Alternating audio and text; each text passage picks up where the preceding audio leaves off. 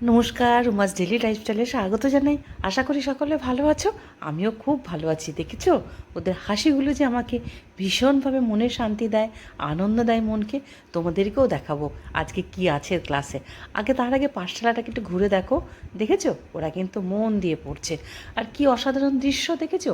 ওই পাশে ট্রেন যাচ্ছে আর এই পাশে আমাদের ক্লাস। আর বাচ্চারা সুন্দর পড়ছে। আজকে ক্লাসে একটা না দারুণ আয়োজন আছে। আয়োজনটা দেখেছো, পিৎজা পার্টি আজকে। কার তরফ থেকে তোমাদেরকে সেটা বলবো।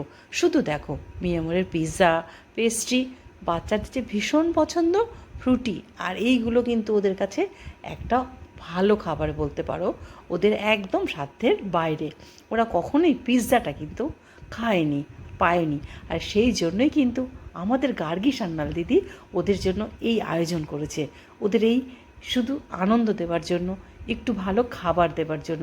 বলতে পারো ফাস্ট ফুড, ভালো কি মন্দ জানি না, কিন্তু মাঝে মাঝে ওদেরও তো ইচ্ছা করে এইসব খাবার খেতে। সেই জন্যই কিন্তু আয়োজন।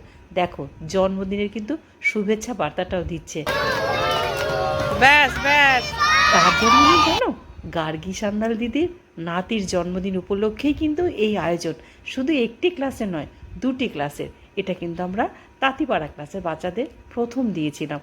একই জিনিস দেখো, বাচ্চাদের হাতে তুলে দিতেই যে ওদের চোখে মুখে যে কী আনন্দ ছিল তোমাদের কি বলবো। বিশেষ করে পিৎজাটা পেয়ে ওটা কাছে এটাই কিন্তু দেখার ছিল।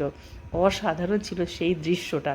তোমাদের যে কি করে বোঝাবো, না দেখলে তোমরা কিন্তু বুঝতে পারবে না। তোমরা নিজে চোখেই দেখো, অবাক দৃষ্টি ওদের পিৎজার দিকে, পেস্ট্রির দিকে। দেখেছো তো, দেখো তো একবার তাকিয়ে। এর থেকে আর ভালো লাগার কিছু আছে বলো তো?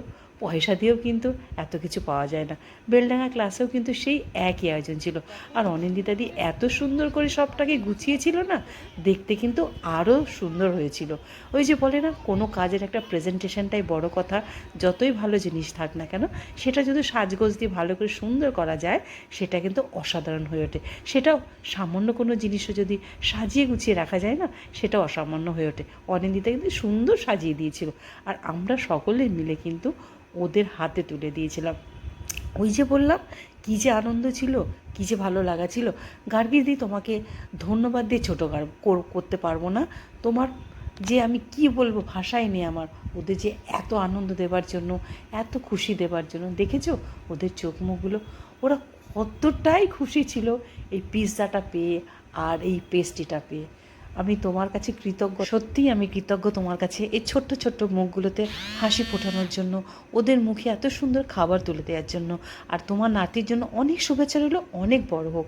আর তোমাদের যদি এই ভিডিওগুলো ভালো লাগে, অবশ্যই পাশে থাকতে পারো, চলে আসতে পারো আমাদের ক্লাসে। একটা লাইক কমেন্ট করে পাশে থেকো।